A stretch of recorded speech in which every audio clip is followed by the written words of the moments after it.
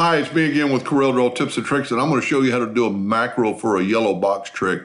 I used to be able to do this, and I've lost it, and then I couldn't get it to work for months, and I finally checked with my new mentor that's a macro expert.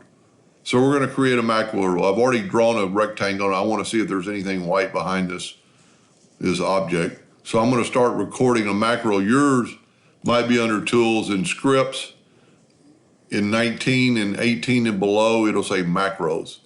But I put a toolbar up here, so I'm going to start recording a macro, and I'm going to name it back,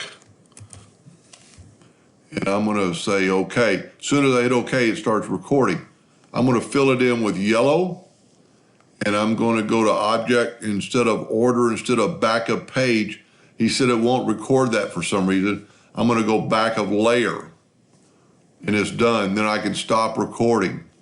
So let's put it back like it was and look at our script editor or macro editor, and there's back, and if I double click on it, it's gonna draw a yellow box and then put it in the background.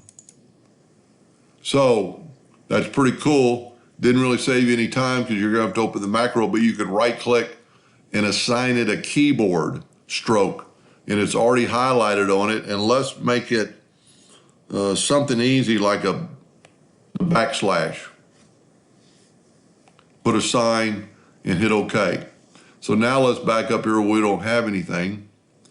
I've drawn my rectangle, and I'm going to hit just one key on the keyboard, the backsplash. It drew a yellow box and it put it behind the black so we can see that there's nothing.